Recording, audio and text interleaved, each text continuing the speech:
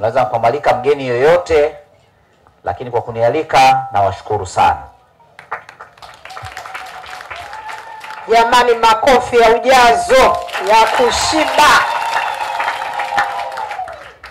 Lakini kwa mwaliko huu vile vile na wenyewe una changamoto zake. Mimi nimewahi kuwa mwenyekiti wa vijana wa kata hii ya Ukonga. Na tukiongelea kata ya Ukonga kabla ya mwaka 2010, tunaongelea kata ya Ukonga inaanzia kule kwetu Gongo la Mboto mwisho wa lami, Ulongoni B, nakuja Markaz, Ulongoni A, Mongo la Ndege, Mazizini na Mwembe Madafu. Wakati huo nikiwa mwenyekiti, moja kati ya watu tuliowapa jukumu la kuwa makamanda wa vijana, wakati Komba huyu akiwa Mazizini, Mzee Mapunda alikuwa kamanda wetu wa vijana.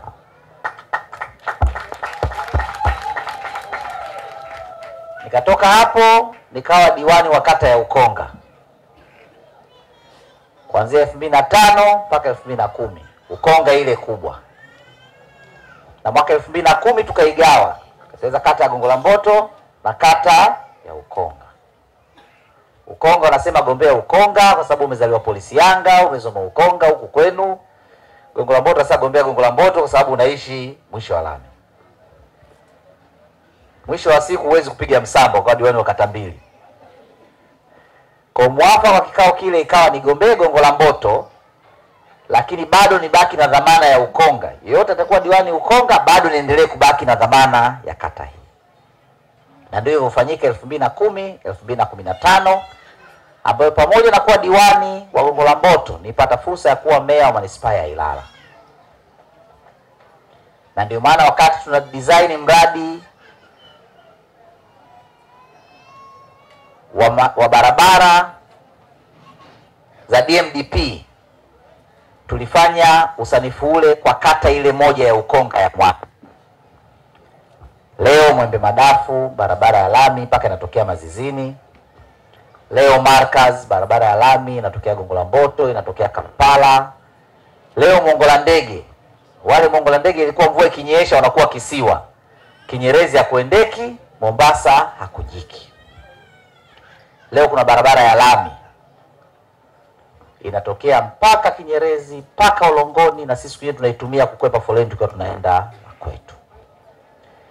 Kwa kata hii mimi wakati mwingine wananiangalia kama mwenyekiti wa vijana, wakati mwingine kama diwani. Na viwanja hivi sisi tumefanya sana mikutano ya kampeni ya kuzungumza na wananchi toka miaka hiyo zaidi ya miaka 20 mpaka leo. Lakini kwa kipindi hiki cha miaka 5 nimehudumu kama mbunge wa jimbo hili. Natokea mwaka 2023 imempendeza Mheshimiwa Rais nimsaidie kazi kama waziri kwenye serikali yake.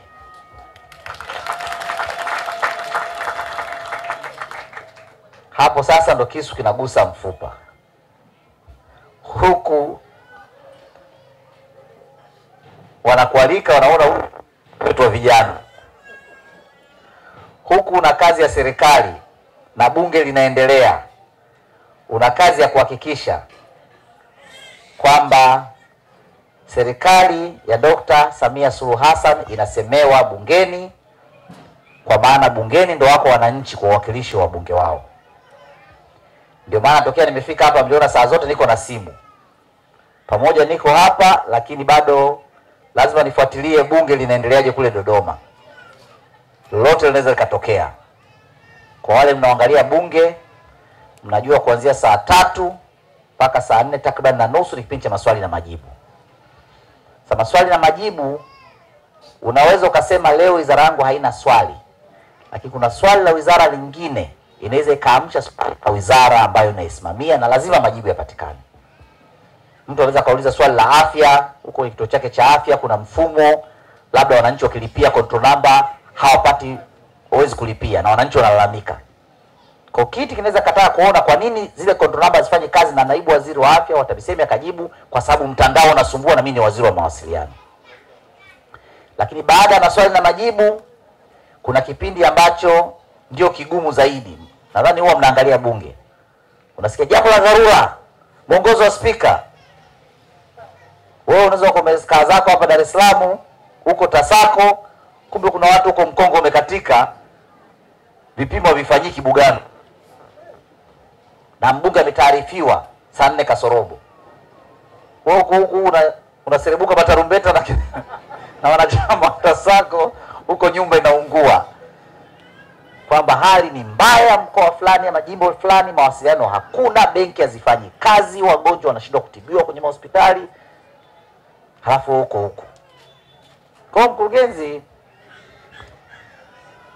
nimshukuru mwenezi, amefanya kazi kubwa sana. Ni swaibu wako, rafiki yako. Mheshimiwa diwani naye amepambana kwa upande wake. Kwa unaponiona napata tabu sana kuja, sio mapenzi yangu. Ni kuhakikisha majukumu ambayo ninayafanya kwa niaba ya watu wa Ukonga na yenyewe nayatekeleza. Lakini jambo la pili, naomba kuchukua fursa hii kuwapongeza sana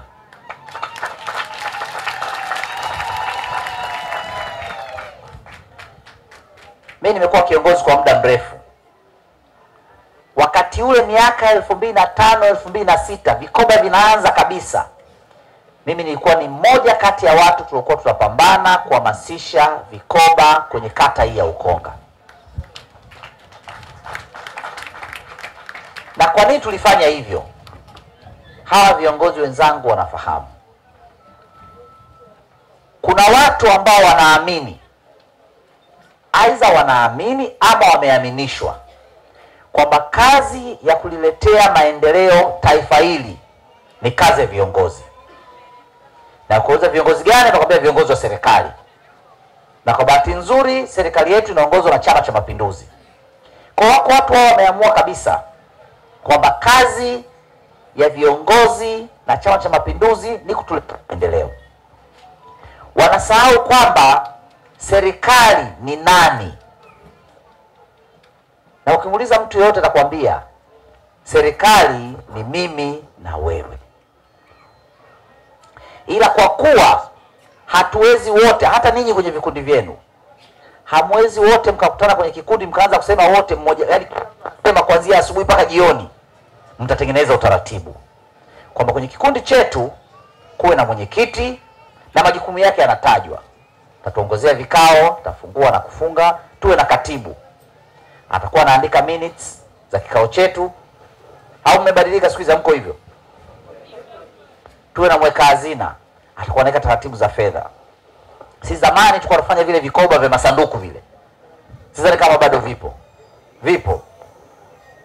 Na nilikuwa kila nikienda sehemu nasisitiza kwamba kila lililoko mle lina sababu yake. Lakini kabla sijamuinua, tuseme machache kama taasisi ya Tanzania Samaritan Community Organization, kwa kifupi TASACO, ambayo leo Mheshimiwa mbunge na waziri Mheshimiwa Jerry Silaa atakuwa anaizindua. Niseme imani yetu kama TASACO ambayo hasa ndio iliyotusukuma na inayotupa nguvu kuendelea kupambana kuweza kufikia malengo yetu. Sisi kama wajasiriamali wa vikundi vya kuweka na kukopa tunaamini kwamba maisha yetu yameunganishwa katika umoja ili kujiwekea akiba, kukopeshana na hatimaye kujiletea maendeleo na taifa, kwa maendeleo ya binafsi, jamii na taifa kwa ujumla. Tumaini letu limejikita katika fursa na uwezeshaji ili kuzifikia fursa hizo kujikwamua kiuchumi. Lakini hatima yetu imefungamana na uwepo wa taasisi mbalimbali zenye kutoa huduma rafiki za binafsi na serikali kama vile benki, bima za afya na nyinginezo nyingi, na jukumu letu sisi kama TASACO na taasisi ni kujitambulisha kwa hizo taasisi binafsi na za serikali ili kuwafahamu na wao watufahamu kama tupo, mwisho tuweze kunufaika na zile huduma wanazotoa.